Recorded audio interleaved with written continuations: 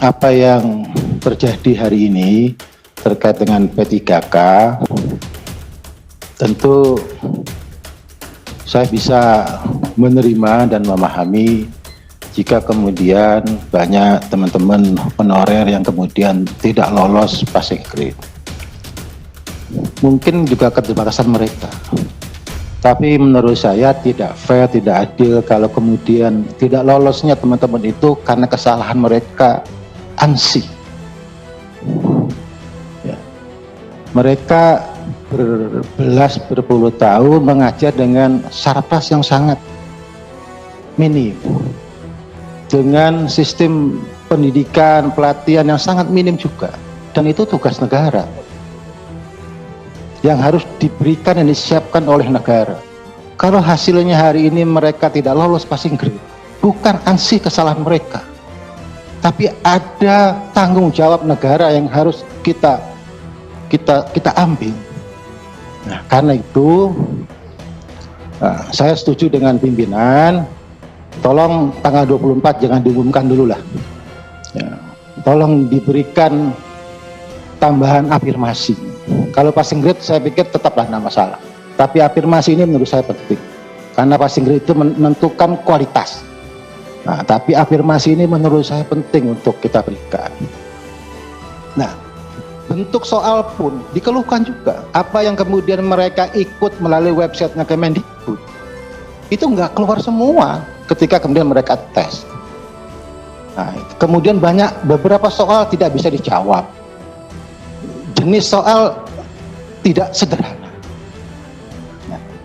Nah, menurut saya berharap ada tambahan afirmasi terkait dengan pengabdian yang tentu harus berjenjang, tidak bisa kemudian kita 35 plus 15%, tidak begitu. Nah, apalagi tadi Mas Menteri sudah mulai mewacanakan yang 50 tahun ke atas kita bisa afirmasi, mungkin langsung diloloskan saja. Yang 50 tahun ke atas, misal begitu. Jadi saya berharap ada afirmasi yang lebih konkret, terukur, karena menurut pribadi saya mungkin salah, tapi ketidaklulusan mereka untuk memenuhi passing grade itu bukan kesalahan mereka ANSI, tapi juga kesalahan kita bersama. Kayak sekarang misalnya Mas Menteri punya hal ideal, ingin anggarannya lebih dari 100 triliun, tapi negara hanya bisa memberikan 70 triliun. Itu kan kesalahan kita, berarti kan ada hal kualitas, kuantitas yang dikurangi lagi. Nah, ini fakta gitu loh. Jadi menurut saya ada pertimbangan lebih mendalam terkait afirmasi tadi itu.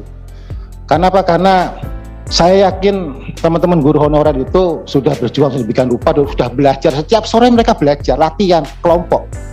Nah itu. Jadi ini mohon menjadi pertimbangan dari pihak Kemendikbud terkait dengan P3K. Apalagi di tahap kedua, Mas Menteri, mohon maaf, ini barengan dengan guru-guru yang sudah serdik, yang 100% langsung lolos untuk kompetensi teknis. Teman-teman guru honorer yang tahap 1 ini kan kena problem SK dari bupati atau kepala daerah ketika mau serdik. Nah, kepala daerah selalu orientasi politik. Ketika ada pilkada, siapa honorer yang ikut dia pasti masuk SK bupati. Itu ada fakta itu. Tolong itu juga dijadikan pertimbangan. Bukan mereka nggak mau serdik, bukan. Tapi ada problem secara politik setiap pilkada, karena pilkada langsung ini ada pengerahan massa, itu kemudian menjadi hal yang kemudian fakta yang nggak bisa dibatalkan. Nah, jadi ini menurut saya. Jadi tahap kedua ini mereka bareng dengan yang masih muda sudah serdik, sudah pasti kalah. Karena itu menurut saya perlu ada bimbingan teknis lagi. Kalau memang mereka harus tahap 2, berikan bimbingan teknis yang lebih masif agar kemudian secara kompetensi teknis mereka bisa meningkat. Jangan dibiarkan. Nah, saya pikir itu pimpinan. Terima kasih. Saya mohon maaf, Mas Menteri. Assalamualaikum warahmatullahi wabarakatuh. Hampir semua mengenai topik P3K sepertinya sama ya, cuman mungkin aspirasinya agak variatif. Dari ada yang mau meminta afirmasi dari sisi umur, daerah, jenjang waktu, pengabdian, bahkan sampai se ekstrim semuanya lulusin aja. Nah, itu yang kita akan kaji ya.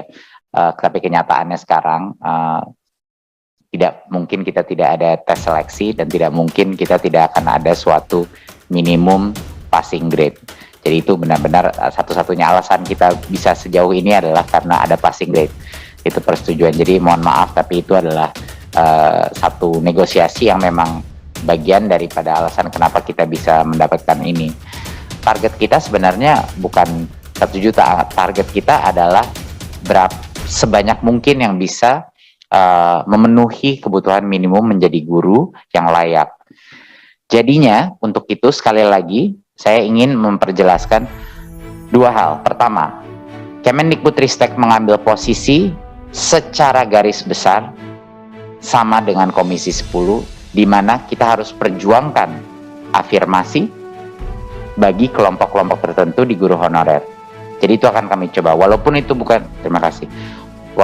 bukan sepenuhnya keputusan Kemendikbudristek, tapi kami akan perjuangkan Bapak Ibu. Itu janji saya, ya. Untuk yang kedua adalah, tapi beberapa hal yang harus diklarifikasi. Satu adalah mengenai tes yang tryout-tryoutnya itu adalah tes untuk formatnya seperti itu. Ya jelas pertanyaannya akan berbeda.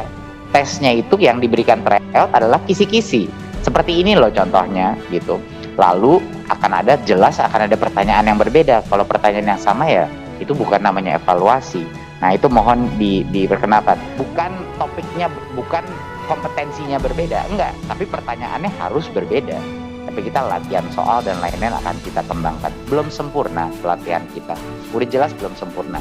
Dan ini pertama kali kita melakukan seperti ini dan terus kita akan menyempurnakan proses dan logistik dan lain-lain di setiap tahap.